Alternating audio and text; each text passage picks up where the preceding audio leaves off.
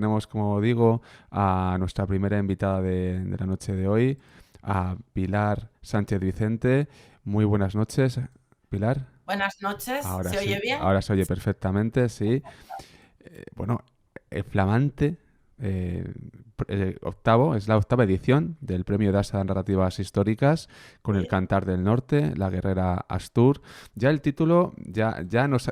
Una idea de por dónde van las palabras que posas en la obra ya tenemos, ¿eh? Ya tenemos una idea de esta novela histórica que ahora vamos a hablar un poquito más acerca de ella, de algunos conceptos, de tu forma de trabajo, pero sí, ya parece que nos transporta a tiempos pretéritos, como buena novela histórica que es, y bastante pretéritos, pero es un tema incluso de rabiosa actualidad, ¿eh? No te creas, bueno, ¿qué te voy a contar? Que no sepas, Pilar. Bueno, Pilar, tú llevas una trayectoria muy dilatada, de profesional, en todo el mundo de la cultura, pues, historiadora, documentalista y escritora, nada más y nada menos, y has tocado un montón de palos, la comunicación, has escrito un montón de libros, de obras. Es increíble la cantidad de cosas que tienes en tu haber, y ya esta hora entiendo que ya tienes un reposo, una mirada con el tiempo, con la experiencia que ya llevas en esto, que bueno, que todo eso se ve plasmado, ¿no? En esta obra, y ahí está el octavo premio, ese reconocimiento que has tenido. Ya para entrar en materia, en la propia obra, lo primero de todo es ¿por qué este tema? ¿Por qué nos hablas de aquellos tiempos pretéritos, aquellos tiempos de Covadonga, aquel del siglo octavo? ¿Por qué te metes Bueno, tú eres asturiana, ¿no? Si no tengo mal entendido, entonces, bueno, yo me imagino que esto desde pequeñita ya lo tienes, estás empapado de ello, ¿no? Pero bueno, ¿por qué te aventuras a esta novela, en este contexto histórico? Bueno, en realidad yo tengo novelas desde el año 6500 antes de Cristo, que es Madrebona, hasta Mujeres errantes, que es de la actualidad, históricas, ¿no? Tengo históricas que abarcan todo, la ilustración, todos los periodos. En realidad fue que me encontré con un personaje, o sea, fue un regalo, me mencionaron un personaje, el personaje de Sancha Suera. Un clérigo albilesino en 1622 escribió un manuscrito sobre Memorias de Asturias en el que citaba que las mujeres que acompañaban a Pelayo reclamaban la misma soldada que los hombres, pero que Pelayo no se lo quería pagar.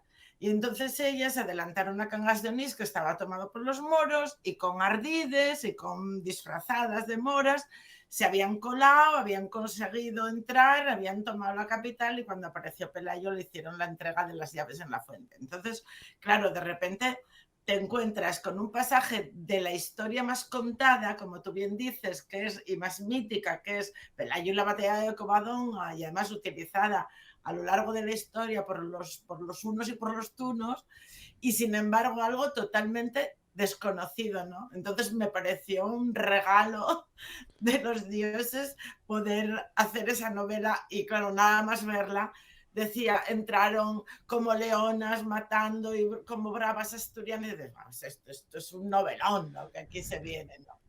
Y en realidad la novela la presenté como La Valentona, Es verdad, es cierto, cierto, cierto, la valentona.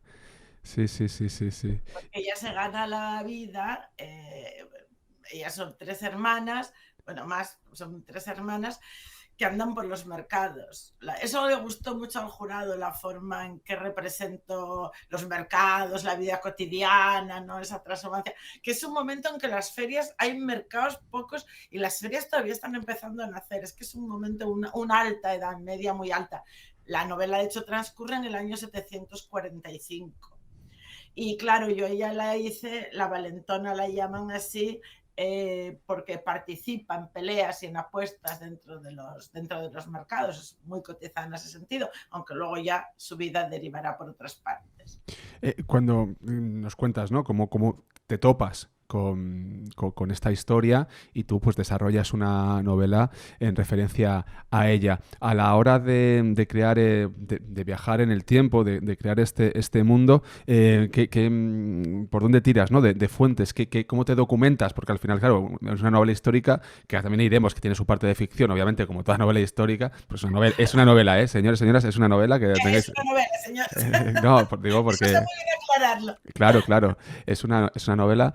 Entonces, ¿por dónde tiras, no? ¿Qué fuentes empleas para, bueno, para ambientarte en esos mercados que comentabas, ¿no? En ese tiempo, en esos aromas, esos sabores de aquella Edad Media. A ver, yo es que la verdad, claro, llevo desde el año 83 trabajando y hice la tesina La mujer en la Edad Media. Entonces el conocimiento del mundo medio, y una de mis novelas más famosas y más queridas es Gontrodo, la hija de la luna, que es la madre de la única reina que tuvo Asturias. Entonces, claro, realmente el mundo medieval a mí me resulta muy familiar, me resulta muy fácil. Y luego por mi profesión, que en todo eso, si alguien por curiosidad entra en mi web y ve mi currículum, claro, la parte, por ejemplo, profesional no figuran ahí las muchísimas publicaciones que tengo, pero el ser documentalista y el trabajar con fuentes de información, estar en los archivos, bueno, pues te hace manejar con mucha facilidad, seleccionarlas, localizar lo que quieres. Bueno, trabajar me resulta probablemente más sencillo de entrarme en cualquier periodo histórico de lo que a lo mejor pues, le resulta a alguien que se ponga así como partiendo de cero, ¿no? A la hora de elaborar la historia, eh, ¿cómo lo haces, no? Esos trucos de escritora también, ¿te haces mapas, los personajes, cómo los juntas, ¿no? Este tipo de cosas, ¿nos puedes contar tus secretos? Bueno, mis secretos suelen estar en una libreta, que siempre tengo una libreta llena de notas. Y luego, por supuesto, manejo siempre un Excel. Un Excel me resulta muy necesario por el tema de las fechas. Y luego suelo tener también fichas de personajes y años clave, sus relaciones con ellos, ¿no? Claro, porque eso es muy importante cuando manejas datos históricos, tienen que ser datos históricos fehacientes. Entonces, lo primero es poner, acotar el periodo histórico en que se desarrolla la novela, pero luego, por supuesto, los años de nacimiento, de muerte de los personajes. Claro, además esta es una época, date cuenta que la primera mención que se hace a Pelayo es en unas crónicas 200 años después. Y la batalla de Covadonga ni siquiera se sabe si fue en el 718 o en el 722. Dependiendo de los historiadores, la sitúan en un año o en otro. Quiero decir, en realidad la historia que conocemos es un relato de ficción, porque la mayor parte está basado en fuentes escritas posteriores, como es el caso. Entonces, eh, ahí lo importante, yo creo, de la novela histórica de esta época es reflejar el magma social, cultural, las profesiones que había, cómo se movían, cómo vivían, sus relaciones, la economía, pero siempre, claro, desde la vida cotidiana, ¿no? Mira, este punto me parece muy, muy interesante porque es verdad que a veces además sacas a una mujer que por suerte has rescatado, pero que es olvidada, ¿no? Cultura popular no se conoce. Pero es muy interesante esto que comentas porque, claro, el tema de la historia, cuando salen los grandes nombres o las grandes batallas, que si existió, que si no existió, a veces nos perdemos en estas cosas que, a ver, hay que estudiarlo, analizarlo como profesionales del mundo de la historia y demás. Pero es verdad que eso que has dicho de el contexto, la vida cotidiana, cómo se movían, qué pensaban y al final cómo se ejecutaban ciertos procesos, en este caso un proceso de, llamémoslo como, porque aquí hay mucho debate, reconquista sí, reconquista no, pero hay un proceso de algo que empieza ahí en el norte y va para el sur. Y claro, esto es muy interesante porque no es tanto las grandes batallas que sí que son importantes, sino ese caldo de cultivo, esa manera de hacer las cosas que consigue, en este caso, pues bueno, expulsar a las tropas, bueno, moras en este caso, de ahí, ¿no? Es que me parece muy interesante este punto. Claro, porque tienes que darte cuenta que es una época además muy guapa, porque es muy fronteriza. Aquí hubo muy poca romanización.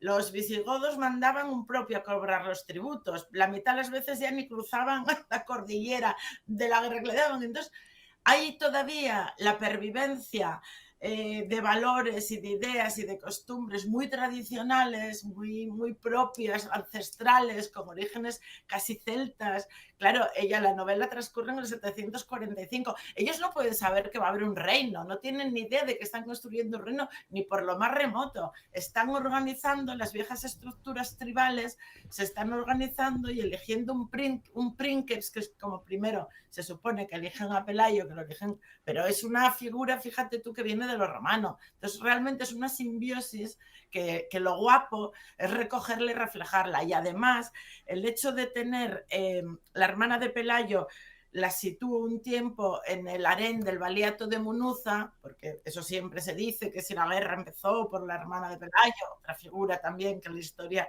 desaparece. Entonces la sitúo y eso me da juego para meter los arenes. Y luego hay una figura también muy guapa que es Albaila, que es una berebere que a su vez la trajeron las tropas de Munuza cuando cruzan, porque no hay que olvidar que Pelayo era condesparatario de Rodrigo, ¿no? Por ejemplo, en ese sentido, no hablo en toda la novela de la batalla de Guadalete. La novela no tiene fechas, la cuenta una hermana que es trovadora y está contando los hechos como suceden. Eso le da veracidad porque no hay nada que pronostique la grandeza, excepto un cura, Bernardino, que es realmente el visionario, ese es realmente el que tiene la visión del reino de Cristo. Lo que pasa es que donde él llega a una simbiosis prácticamente con Pelayo y donde él pone la cruz, Pelayo pone la espada, como él dice, no se trata de convencer, también hay que vencer, cuando habla de la expansión del cristianismo con ese punto de vista visionario. Pero es todo muy embrionario, porque ese aparece en los mercados. Claro, estamos empezando. Nos parece que un reino, pero no. Vamos, Alfonso III el Magno es el que hace las crónicas y realmente se codea con Carlomagno, y ahí podemos hablar de un reino de Asturias. Pero los reyes anteriores se mueven muchísimo en la leyenda. Pero de hecho están ahí. Hermesinda está ahí, hay las construcciones, está Avila, el que mató el oso, hay todo eso, la capilla que se supone que hizo en Covadonga, que no se llama tampoco, en la novela no le llamo Covadonga, la llamo Covalonga, porque en realidad era como se llamaba, es una cueva alargada, Sí, sí, está ahí. una cueva alargada, entonces es Covalonga lo que era, ¿no? Toda esa épica es muy posterior, es prácticamente decimonónico todo esto, ¿no? Claro, ahí también, efectivamente, el siglo XIX, al construir también esas historias con los nacionalismos, ¿no? Que construye también esas identidades nacionales, tira mucho de todo esto, evidentemente. Claro, porque tú fíjate que, por ejemplo, que siempre es un dato que yo encuentro muy curioso, Pelayo y la Santina van a ser iconos en la Revolución del 34 para todos los revolucionarios más revolucionarios del mundo, y luego lo van a ser para la dictadura franquista, que va a salir con el palio. Es lo mismo, ¿no? La misma figura mítica. Entonces, claro, esto se aleja de esa épica, porque en realidad lo que está narrando es la historia de un pueblo y sus vaivenes de dominación, entran unos, les piden los tributos, pues se pelean, montan sus pequeñas iglesias, intentan, en fin, una historia. Yo creo que eso es lo que el jurado, ya te digo, que atrapó, ¿no? Una historia que cuando acabas dices tú, pues perfectamente podría haber sido así. Entonces, esa veracidad, entre comillas, es lo que le dio lugar al premio, que ya te digo, yo siempre pensé que estaban dados, la verdad, me presenté sin ningún conocimiento. Ojo, vamos, pues... a lo loco, igual. Pues mira. No, es que llevaban tiempo tras escritores, bueno, mujer, preséntate algún premio, no sé qué. Llevaba tiempo pensándolo, pero la verdad es que como estaba en Roca muy contenta con Blanca Rosa y teníamos mucha amistad, nunca ni me hizo falta ni lo pensé. Pero bueno, ahora dije yo, en mi 13ª novela yo voy a hacer algo diferente. Y la mandé, pero vamos, en plan de pensar que Pues mira, ahí está, se ha reconocido todo lo que aporta la obra. Dentro de la construcción de la obra, ¿cuál ha sido el mayor reto en la creación, el mayor reto al que te has enfrentado?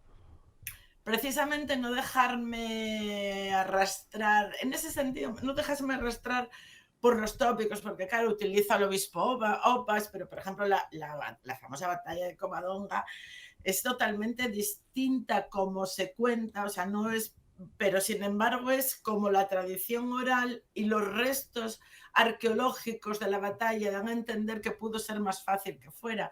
En el Oriente siempre se habla, recojo mucha tradición oral, en el Oriente siempre se habla, por ejemplo, de la troncada de Pelayo, ¿no? Según de estas historias que cuentan los viejos. En la troncada de Pelayo serían los moros los que estarían en la Covadonga techados, que es más lógico, estarían en una cueva y os metidos allí con sus armas y enseres.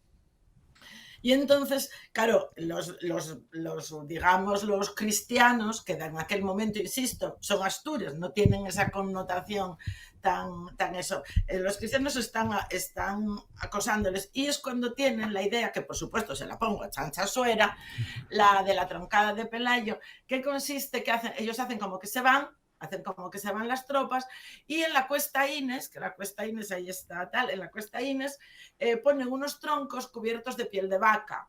Y en el amanecer hacen sonar como 2 kilones, pero no hacen sonar los cencerros de las vacas. Entonces los moros salen, las ven ahí arriba, piensan que los otros ya marcharon, están muertos de hambre porque como estaban asediados allí dentro no tenían que comer y se dirigen a por las vacas. Y a medida que van subiendo la cuesta, confiados, sueltan los troncos, hay una masacre y lo guapo es que todavía ahí esa ladera termina en una riega y esa riega se llama la Gusanera.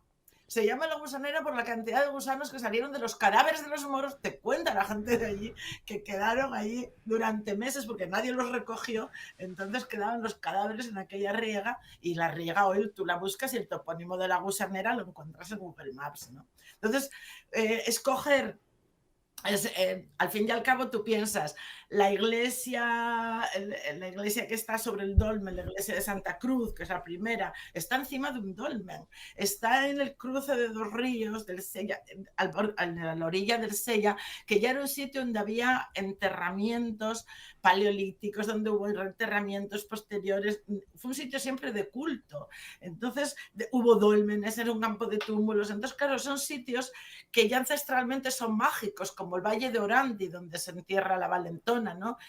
Ahí es una pelea, en realidad la novela es una pelea porque ella quiere ser enterrada en el Valle de Orandi, donde mató su oso, bajo el roble sagrado, para lo que ella continúa, donde los espíritus de la vieja, ella sigue fielmente todavía convencida de esa religión, digamos, ancestral, mientras que evidentemente, pues todo el mundo quiere que se entierre en sagrado, lo consideran, entonces bueno, es una guerra entre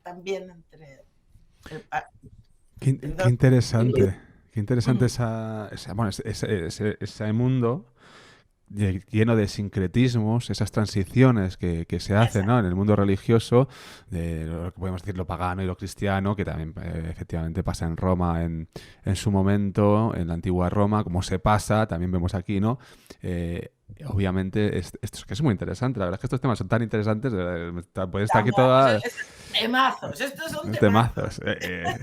Y no, fíjate, y te iba a comentar, vale, toda esta atmósfera, todo este mundo, estamos hablando de un momento de una época que se determina crucial para lo que luego se ha ido creando, se ha ido forjando. Y este mundo. El mundo es frío y hostil, siempre lo digo, pero bueno, es que es así, ¿no? Es frío y hostil. Tal. Y en aquella época mucho más. Claro.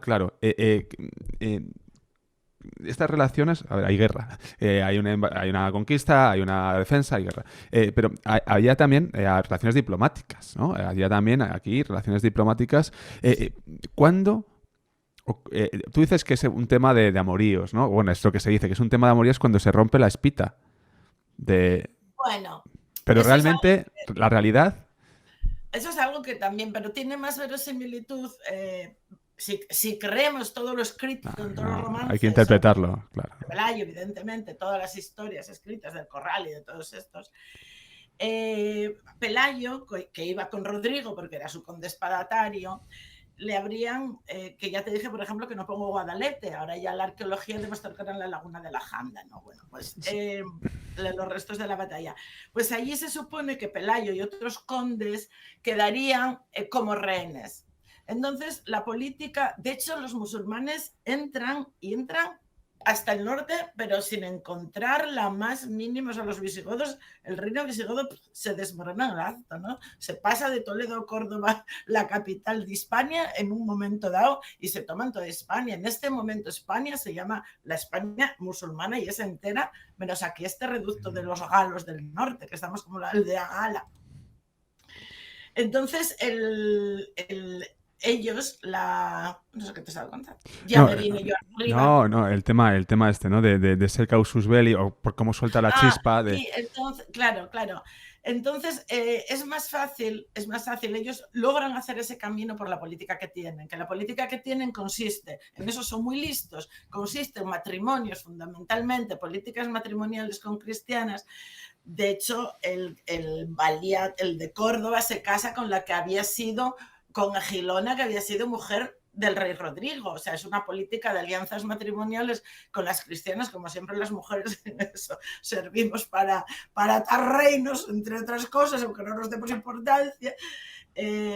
Y sobre todo de utilizar para la recaudación de tributos, procuran utilizar también cristianos, aunque manden tropas moras, siempre procuran tener cristianos por cuestiones de idioma, de acercarse más fácilmente y tal.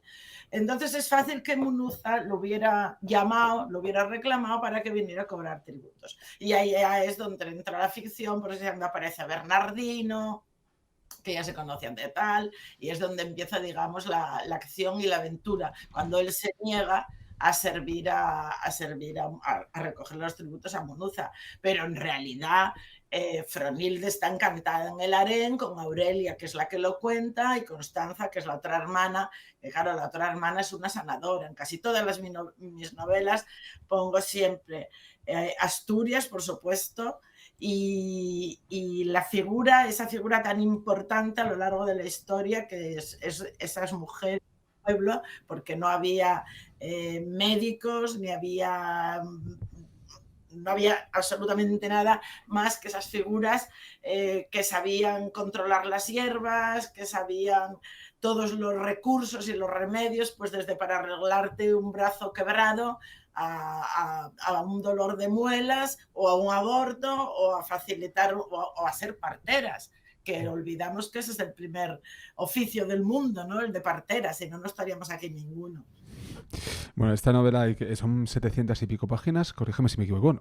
No. Me he colado, vale, me he colado. Es más cortita, yo suelo escribirlas muy largas, pero esta, Vale. como el premio más o menos son 290 y pico, 300. Vale, me he colado entonces. Pues Se nada, lee de tirón, del vamos, tirón. esta se coge y se devora de una sentada.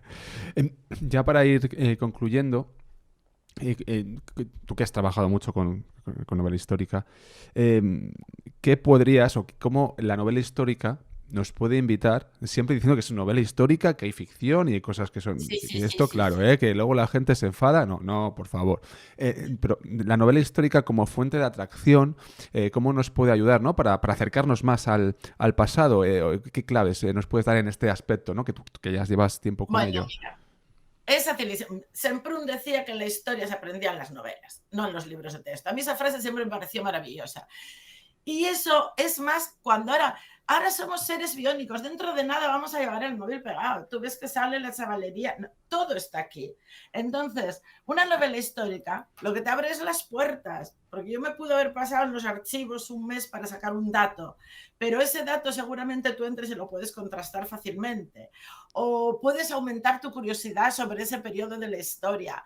De repente aquí te vas a encontrar con los visigodos. Dices tú, madre mía, os voy a dejar los visigodos, mira tú, y los visigodos a lo mejor era algo, o la diferencia entre visigodos y ostrogodos, y por qué estaban unos, la ropa que usaban unos o que usaban otros, cómo eran las villas por dentro.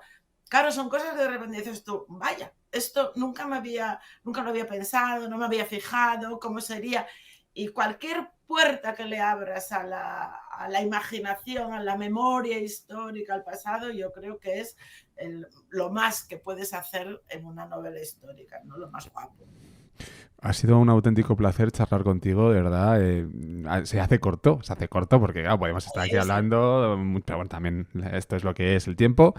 Pilar Sánchez Vicente, en la 8ª edición del Premio de la Sala de Narrativas Históricas de este 2025, El Cantar del Norte, la historia de Sancha Asuera y muchas cosas más, porque es todo lo que rodea. Ha sido un placer, auténtico placer charlar contigo, tomarnos este café y bueno, estaremos pendientes, ya te hemos localizado, ya estaremos pendientes para futuras cosas. Pues nada, aquí me encontraréis. Muchísimas gracias. Un saludo Gracias. a todos. Adiós. Chao, Gracias. chao. Chao, Adiós. chao.